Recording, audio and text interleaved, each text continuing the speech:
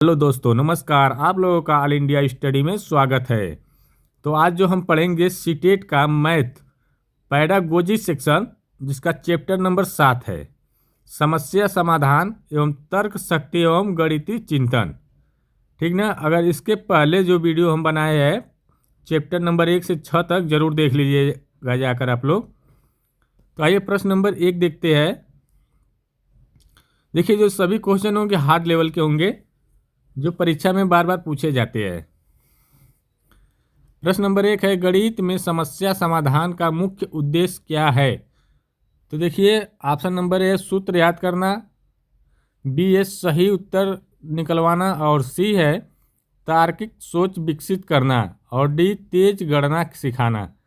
तो देखिए, इसका जो सही उत्तर निकल कर आएगा तार्किक सोच विकसित करना होगा। ठीक ना, ऑप्शन नंबर सी। देखिए, जो समस्या समाधान का लक्ष्य होता है वह तर्क करना, विश्लेषण और सोच की प्रक्रिया को विकसित करना ही होता है। ठीक ना। अगला क्वेश्चन देखेंगे, प्रश्न नंबर 2। पोल्या के अनुसार समस्या समाधान का पहला चरण है। तो देखिए, ऑप्शन नंबर ए समाधान बनाना, बी है समस्या को समझना, सी है उत्तर जांचना, और डी है योजना लागू करना। तो देखिए, पोल्या के अनुसार जो है समस्या का समाधान का सबसे पहला चरण जो है वह समस्या को समझना है। ठीक ना। तो इसका जो सही आंसर हो जाएगा समस्या को समझना। प्रश्न नंबर 3 देखते हैं, निम्न में कौन सा समस्या समाधान का पहला चरण नहीं है? तो देखिए, अभी हम बताए समस्या को समझना यह पहला चरण है। ठीक। तो देखिए, और योजना बनाना ये दूसरा है, योजना लागू करना तीसरा चरण है। ये सूत्र याद करना है, क्या है, नकारात्मक है। ठीक ना। तो इसका जो सही जवाब हो जाएगा ऑप्शन नंबर डी हो जाएगा। ठीक, क्योंकि क्वेश्चन पूछा है नहीं है। ठीक ना, इसलिए। प्रश्न नंबर 4 है, जब शिक्षक एक ही प्रश्न के कई तरीके से हल पर जोर देता है तो वह क्या विकसित कर रहा है? तो देखिए, वो रटंत ज्ञान, दूसरा है लचीलापन, और तीसरा है परीक्षा कौशल, और चौथा है गति। तो देखिए, क्या है कि जब एक ही तरीके से एक ही प्रश्न को, ठीक ना, एक प्रश्न को कई तरीके से हल करने का प्रयास कर रहा है या उसी पर जोर दे रहा है, तो इसका मतलब है लचीलापन है, फ्लेक्सिबिलिटी है। तो इसका सही जवाब हो जाएगा लचीलापन। ठीक। लचीलापन में क्या होता है, कई तरीके से आप हल कर सकते हैं। प्रश्न नंबर 5, गणितीय समस्या समाधान में अनुमान क्यों आवश्यक है? तो देखिए, उत्तर छोड़ने के लिए, बी है सोच की दिशा जांचने के लिए, और डी है समय नष्ट करने के लिए, और डी है बदलने के लिए। तो देखिए, क्या हो जाएगा कि जो समस्या समाधान में जो अनुमान लगाया जाता है क्यों आवश्यक होता है, क्योंकि उसका जो सोच की दिशा जांचेंगे। ठीक ना। अब सोचेंगे नहीं कि ये कैसे हल होगा, समस्या तो कैसे हल होगी, हल कर पाएंगे, पहले सोचेंगे ही ना। जैसे नाली को पार करना है तो आप खड़े होकर के सोचेंगे कि इस नाली को हम कैसे पार करेंगे, कूद करके या कुछ रास्ता बनाए लकड़ी रख करके पार करेंगे, कैसे पार करेंगे, तो वही सोच रहा है पहले ना। तो इसका सही आंसर सोच की दिशा को जांचने के लिए। प्रश्न नंबर 6, समस्या समाधान में रीजनिंग का अर्थ है। देखिए, रीजनिंग क्या होता है, यह तर्क शक्ति से होता है। ठीक ना। तो इसका जो सही जवाब हो जाएगा तर्क के आधार पर निष्कर्ष निकालना। ऑप्शन नंबर सी हो जाएगा। ये रटना और अनुमान लगाना, यहाँ पर तेज लिखना ये गलत हो जाएगा। प्रश्न नंबर 7 देखेंगे, निम्न में कौन सा गणितीय तर्क का प्रकार है? तो देखिए, ऑप्शन नंबर ए भावात्मक तर्क, बी आगमन और निगमन, सी है काल्पनिक तर्क, और डी है सामाजिक तर्क। देखिए, जब गणित की बात आ रही है तो इसमें क्या हो जाएगा, आगमन और निगमन हो जाएगा। ठीक ना। उदाहरण से नियम की ओर आगमन कहलाता है, और नियम से उदाहरण की ओर निगमन कहलाता है। प्रश्न नंबर 8, यदि बच्चा उदाहरणों से नियम खोजता है तो यह कौन सा तर्क है? अभी हम बताए हैं जब नियम से उदाहरण खोजेगा तो निगमनात्मक हो जाएगा, और उदाहरण से नियम खोजेगा तो आगमनात्मक हो जाएगा। ठीक ना? तो इसका जो सही आंसर हो जाएगा ऑप्शन नंबर बी। प्रश्न नंबर 9, निगमनात्मक तर्क में क्या होता है? तो नियम से उदाहरण की ओर होता है, अभी हम बताए हैं। तो ये क्या हो जाएगा? नियम से उदाहरण की ओर। प्रश्न नंबर 10 देखेंगे, गणितीय समस्या समाधान में शिक्षक की भूमिका क्या होनी चाहिए? तो देखिए, जो शिक्षक की जो मेन भूमिका होती है कहीं भी, चाहे गणित हो, ईवीएस हो, सीडीपी हो, सब में क्या होगा? मार्गदर्शक ही होना चाहिए। ठीक ना? तो इसका सही जवाब है मार्गदर्शक होना चाहिए। प्रश्न नंबर 11 देखेंगे, समस्या समाधान में गलत उत्तर का क्या महत्व है? तो देखिए, जो गलत उत्तर आप करेंगे, बार बार करेंगे, तो उसमें क्या होता है? सोच विकसित होती है, समझने का अवसर मिलता है। जब गलत करेंगे तो समझने का अवसर मिलेगा, जिससे आप सही कर ले जाएंगे। तो इसमें सही आंसर हो जाएगा, सोच की प्रक्रिया समझने का अवसर मिलता है। तो ऑप्शन नंबर सी सही हो जाएगा। समय बर्बादी, दंड देना और कोई महत्व नहीं, ये नहीं होगा। अब प्रश्न नंबर 12 देखेंगे, निम्न में कौन सा ओपन एडेड प्रश्न है? तो देखिए, ओपन एडेड प्रश्न कौन सा है? 5+3, ये तो बद्ध है ना, कि मतलब 5+3 एक ही आएगा। ये तो नहीं 5 - 3 बराबर 8 हो जाएगा, ऐसा नहीं है। 5+3 बराबर 8 ही आएगा, मतलब एक बद्ध है, ये बंद है। ठीक ना? 10 × 20 से भी क्या हो जाएगा? एक बद्ध है। ठीक ना? ऑप्शन नंबर सी है। ऐसे 3 तरीके बताइए जिनसे 12 बनाया जा सके।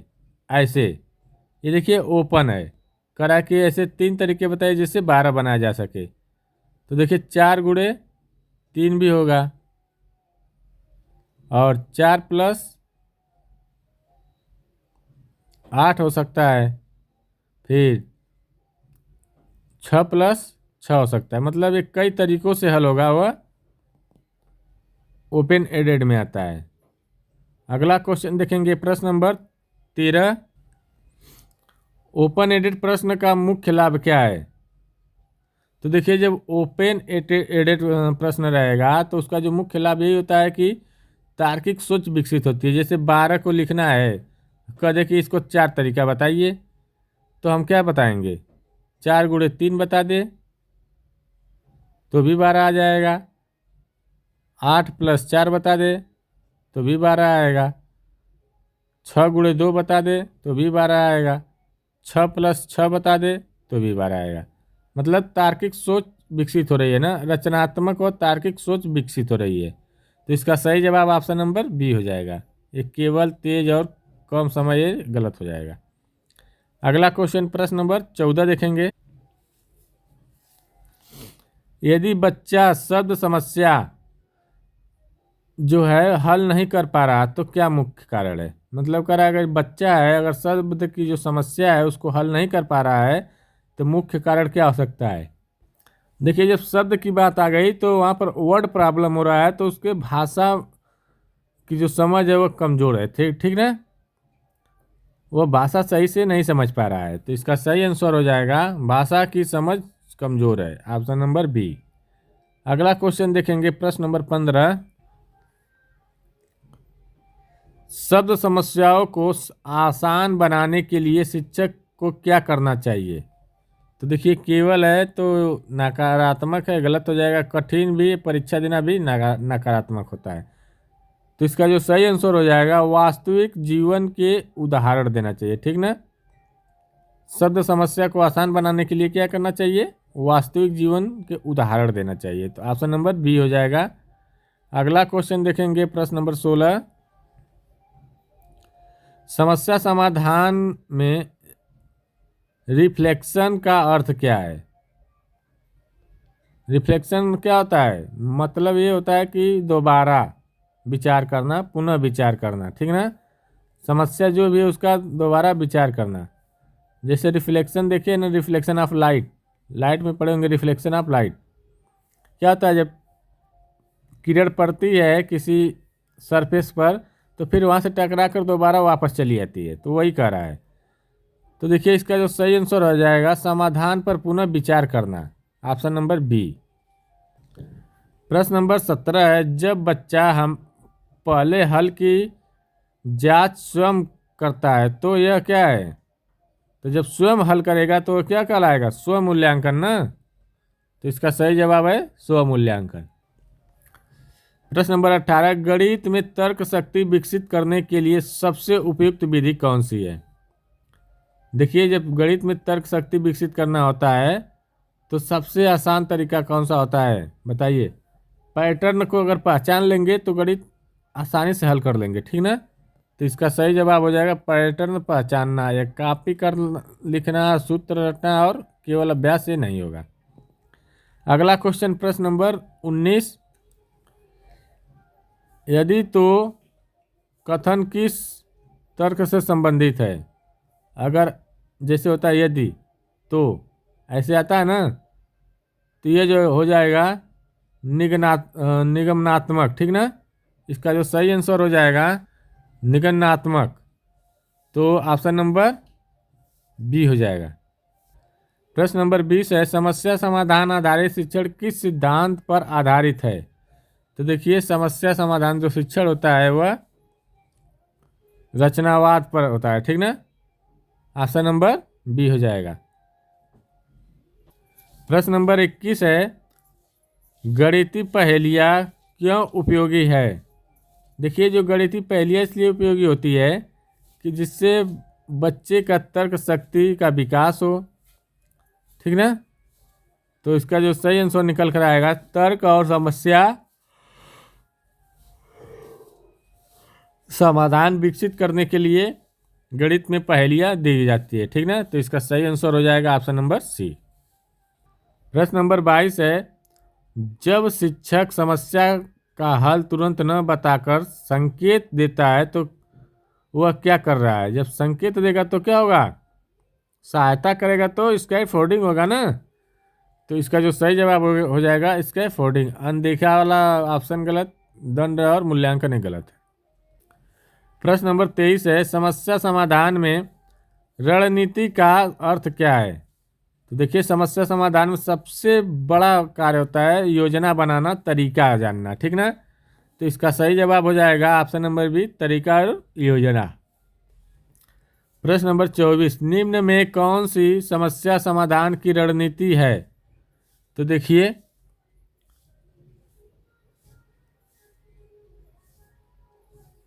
अनुमान लगाना भी समस्या समाधान के लिए क्या करते हैं? कोई समस्या आती है तो अनुमान लगाते हैं ना कि कैसे करेंगे तो ये सही हो जाएगा, समस्या दूर हो जाएगी। चित्र बनाकर भी करते हैं, ठीक। पैटर्न भी ढूंढते हैं। तो इसका सही आंसर हो जाएगा ऑप्शन नंबर डी। प्रश्न नंबर 25 है, यदि बच्चा चित्र बनाकर प्रश्न हल करता है तो यह किस स्तर का चिंतन है?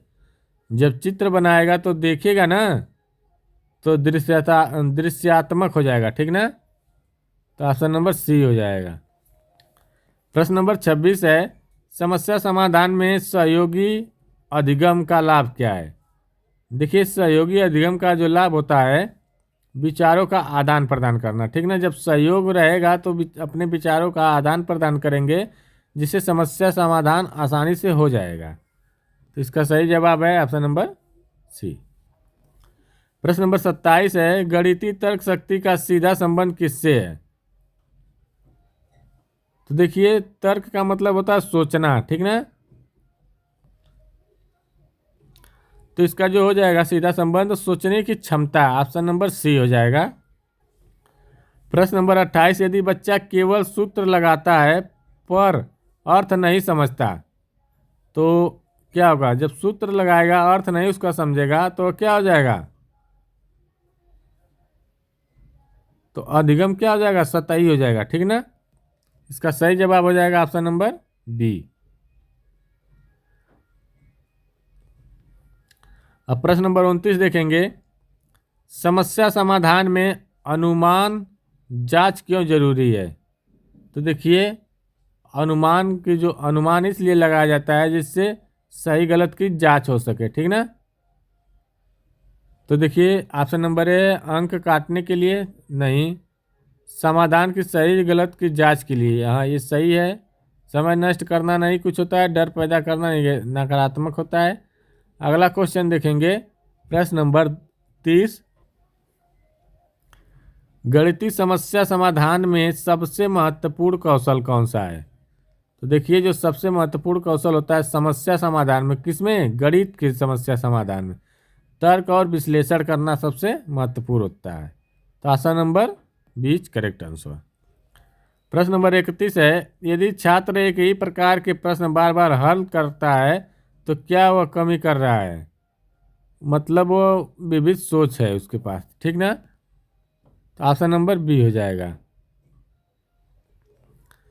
प्रश्न नंबर 32 है, वास्तविक जीवन की समस्याएं जोड़ने से क्या लाभ होता है? तो देखिए जो वास्तविक जीवन से अगर जोड़ेंगे तो उससे क्या होता है कि अधिगम जो होता है अर्थपूर्ण होता है, ठीक ना? कोई भी वस्तु अपने दैनिक जीवन से जोड़कर हल करेंगे तो आपको अच्छी से समझ में आएगी, उसका अर्थ भी समझ में आएगा।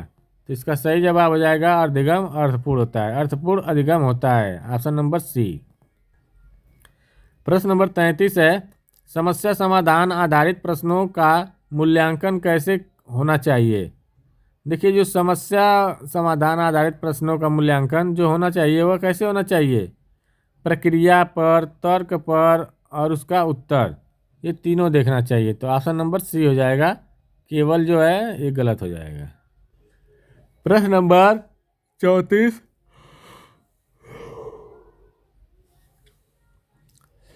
गणितीय तर्क में विरोधाभास का उपयोग क्या है? ठीक ना? तो तर्क की जांच करने के लिए आभास करते हैं, ऑप्शन नंबर सी हो जाएगा। प्रश्न नंबर 35 है, जब बच्चा अपने समाधान को शब्दों में समझता है तब क्या कहलाता है? तो जब बच्चा अपने समाधान को शब्दों में समझने लगता है तो गणितीय भाषा उसके अंदर क्या हो रही है? विकसित होने लगी, ऑप्शन नंबर बी हो जाएगा। प्रश्न नंबर 36 है, समस्या समाधान में शिक्षक को क्या करना नहीं चाहिए? जब समस्या का समाधान हो रहा है तो शिक्षक को क्या करना नहीं चाहिए? देखिए जब बच्चा हल कर रहा है क्वेश्चन, अगर कहीं थोड़ा गलत कर रहा है तो उसको तुरंत मत बताइए, ठीक ना? तो इसका जो सही जवाब हो जाएगा तुरंत पूरा हल नहीं बताना चाहिए।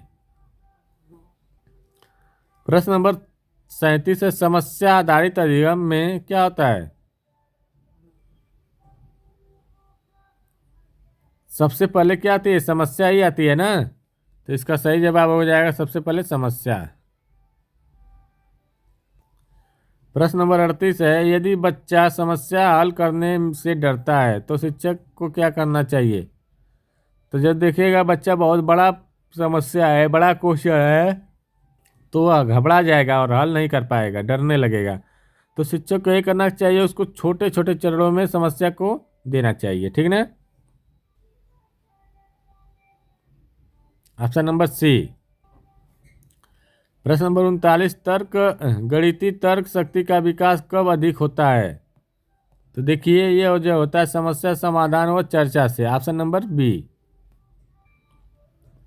प्रश्न नंबर 40 है, गणित में समस्या समाधान का अंतिम लक्ष्य क्या है?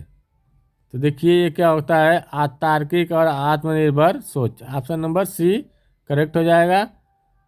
अच्छा हाँ, वीडियो अच्छी लगी चैनल को लाइक शेयर सब्सक्राइब जरूर करें। धन्यवाद, नमस्कार, मिलते हैं अगले वीडियो के लिए, तब तक के लिए धन्यवाद।